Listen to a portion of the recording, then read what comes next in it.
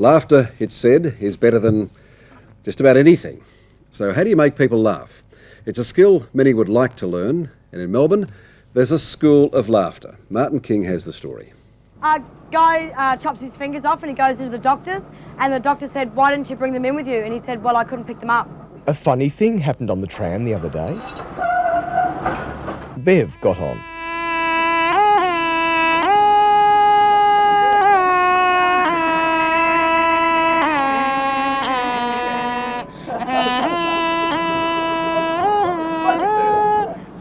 Thank you. Thanks for the applause and everything. That was really great.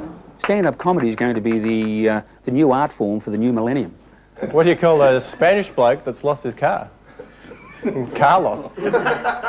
Telling a joke is like jumping out of a plane with a parachute. You really don't know if the parachute's going to open. Hey, how do you make a strawberry funny? Pun it. He doesn't speak English. We can all laugh though, can't we? Hey? If laughter is the best medicine, then you could call Bev Killick's teacher a joke doctor. What's the secret to life on the count of three? What's the secret to life? 1, 2, 3. The secret to life is being embarrassed and enjoying it. The secret to life is being embarrassed and enjoying it. Pete Crofts runs what he calls a humourversity. He says the world's become so serious, we need humour to save us. I think everybody's going to have to be a stand-up comic, from the Prime Minister down. Yeah, he's not very funny though, is he? Well, I get a laugh out of him. Could you teach John Howard to be funny, do you think?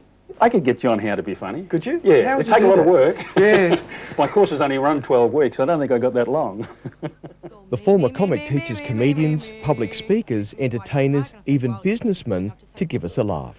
This is my wall of fame, and a lot of these people have done extremely well, and some of them are actually working overseas, which is fantastic. A lot of people say I'm very funny. Funny looking. I can see that.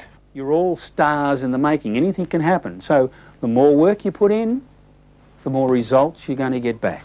And these students are deadly serious about being funny. Lisa wants to wield her wit to help her business. Are you getting better? I'm always getting better. Getting better all the time. Can't you tell? Marina just loves an audience. Well, go on, strut your stuff. How do you know a politician's lying? How? His lips are moving.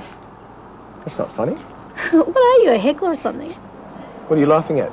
You. Harry is using laughter to sell more computers. I always wanted to be a comedian. I wanted to be, well, filthy stinking rich. I'm 2/3 of the way there. I'm filthy stinking. Ah, school kids. And of course, you've already met Bev, practicing on the public transport system. If all the adults can please stand up and let the school kids sit down, they've had a hard day at school, you probably can't remember what it was like going to school. Darren is a builder who wants to nail together a career as a stand-up comic. Well, what's black and tan and looks good on a lawyer? Don't know. A rock wheeler.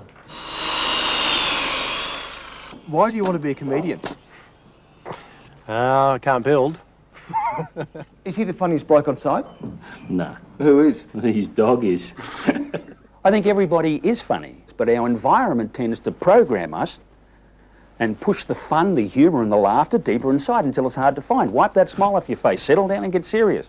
Don't laugh in church. This is no laughing matter. Which brings us to Pete's most unusual student, the Reverend Howard Langmead, flat on his hammer and tack in hospital after a back operation. Will you do me a favour? Let's have a look at this here. That's your funny bone, as you know, of course. I'm your joke doctor. Laugh for me, will you, mate?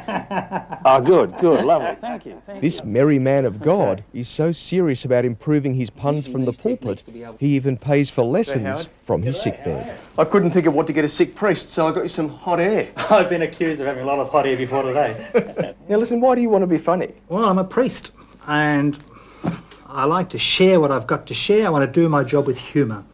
Righto, Rev, hit us with a gag. Yesterday, this guy called out, "Call me a doctor, call me a doctor." So I panicked and said, "Are you okay? You sick?" He said, "No, just graduated from medical school." It's a tough world. And without humour, it's a lot tougher. Does it hurt? Only when I laugh. It is a tough world. Martin King getting a few tips on lightening up. Next week, we meet a dozen of Australia's most famous faces, now being asked to show a lot more than their faces.